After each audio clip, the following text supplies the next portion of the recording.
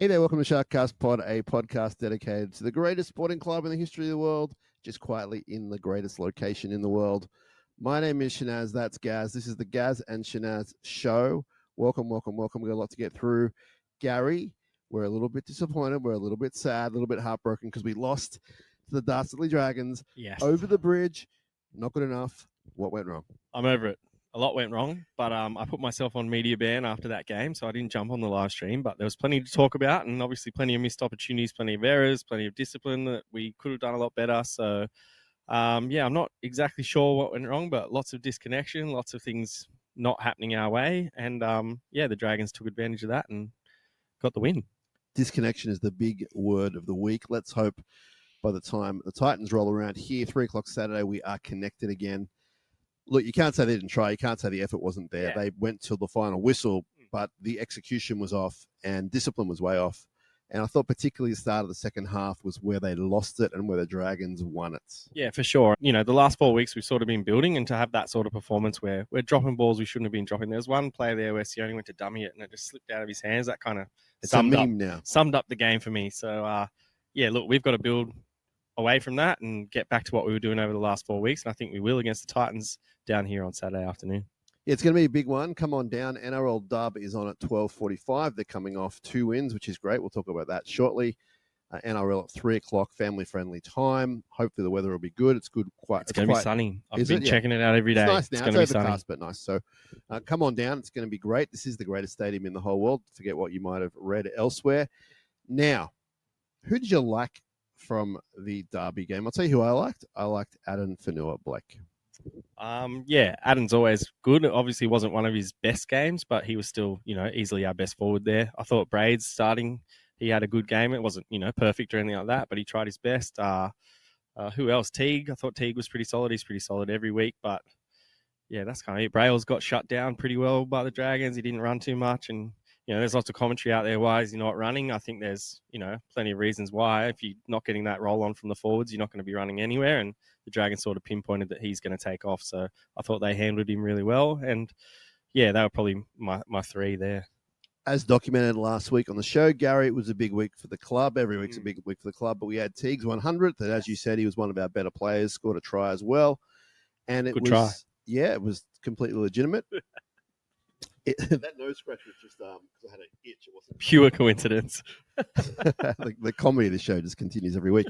Now, we also had the first of 2 Indigenous rounds. And as you can see by our hoodies, I'm not going to go too close with the coffee here, but we got the new hoodies from Shark Store. So you can head over to Woolooware Bay Central just across there. And you can go to the Shark Store and you can pick up the hoodie, the jersey, and the, don't tell me, you got hoodie, this. Jersey, I don't got it. Scarf. Hoodie, jersey, scarf. You can get it online, sharkstore.com.au, and Barnsey and Ash and the crew will suit you up. But as you can see on us, and we're just 2 mere, very average-looking people, it makes us look a million times better. Imagine you beautiful people out there. So great to represent the Indigenous side of rugby league, and especially our guys and girls at the Sharks. And I got a feeling this week they're going to be lifting even more, given the performance last week. No one is happy about. Yeah, definitely. And obviously, that 2025 Indigenous range in store. So it's a really good one. But yeah, they want to come out and represent it the way they should, not after that performance against the Dragons. They don't want to keep that as the one that they played in Indigenous round. So they'll come out here. There's lots of things happening for that round specifically. And we'll be making the most of our opportunity against the Titans. I should say further to the pitch, it will be on sale at the ground from 12:45 onwards. Barnsey and his crew will have the merch van and I'll have it all. Merch areas right there. A couple of outlets, and you can get your Indigenous stuff from there as well. But if you want to get it before that, the store or online, and they'll hook you up. It's bloody unreal. It does, and it feels great. It's a good time of the year for this kind of hoodie. So congrats to all involved. A lot of meaning behind what we're wearing. We shouldn't talk that down. Yeah, absolutely. So Sharkies are now in 7th place. The good news for everyone is I had us written off for 4th, but apparently we can still make 4th. I'm not even worried about 4ths and 5ths and 6s and 7ths. I just want to make the finals at this point. I'm a little worried about 4th. I still want to be 4th, and I think we can still get there. We still have the buy up our hand. It means Do we need other results, though? Is that other results, but more importantly, we need to win all 3 games. So Yeah. the Bulldogs game at the end becomes really important. But of course, this game against the Titans is going to be difficult as well. So a lot to do before we get there. I just wanted to let everyone know the dream is still alive. the dream's always alive? Even if we finish 6th, 7th, 8th, we can still win the comp. I'm talking about a specific dream of 4th. That's all. Now, what about the music we can hear from the gym? We've had pumping out of the Fleetwood gym. Mac. What's that? A bit of Toto, Africa. Yes, that's exactly what it is. Our boys are going retro. They're going retro for the Titans. Look out.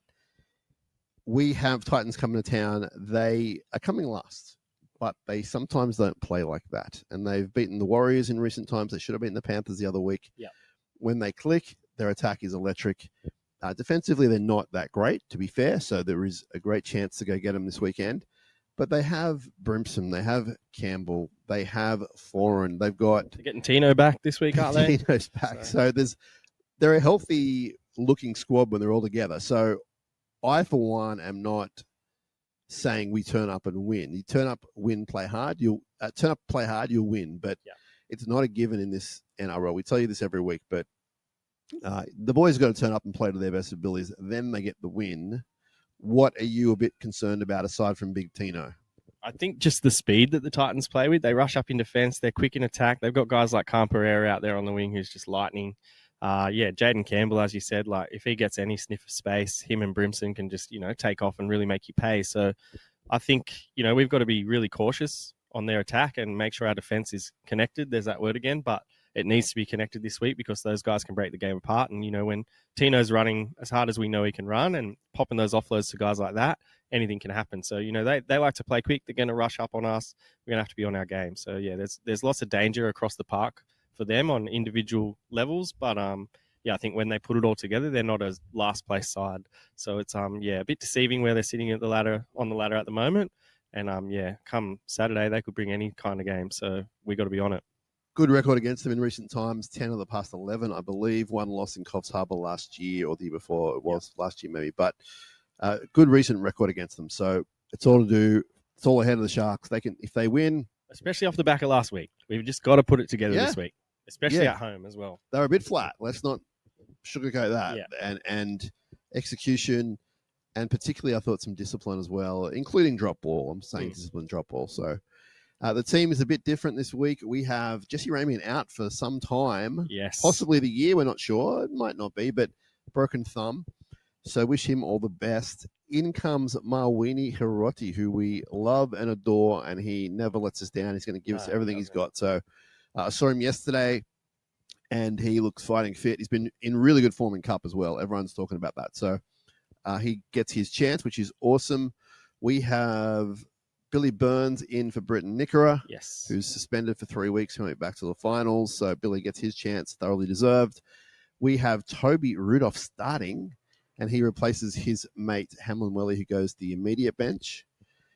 And the other thing that I noticed, Gary, was Big Tuku Haitapua, the big man, climbing over everyone into 18th spot, 18th jumper. Yeah. What's going on there? Yeah, not sure what that is all about, but obviously we've seen a few things change late in the week and before games. So, he might be coming in, he might not, but we'll see what happens there. He's obviously been playing pretty well in Cup, coming back from his injuries, just like Ma and that. So, guys, when they get their chance, they're going to take it. And we've seen Ma, to begin the year when he came in and played the games that he played, he was man of the match in some of those performances. So I'm not worried about the centre pairing there with Ma. But we'll see how the bench shapes up once we get the final side an hour from kickoff. I would like to see Big Tuku against the likes of Tino, even just for Wouldn't a that be good? short Those amount of two time. up That'd be against each fun. other. All right. Now, we know that's happening at 3 o'clock. Before that, 12:45-ish, we have NRL Dub, as I like to call it, respectfully. Yes. And that is our now high-flying women, 2 wins in a row. And I think they're in 5th place they're at the moment and climbing. They play the Titans, who have their own injury woes. We have more injury woes in Quincy Dodd, who's out. But we have potentially some returning stars. We'll leave the team list to you guys and girls to check out, but it's pretty interesting, including if you go to the extended bench, there is a prop who is listed in 21, I think, who is yet to play for the club, and that would be some return if she does, return to the game, I should say.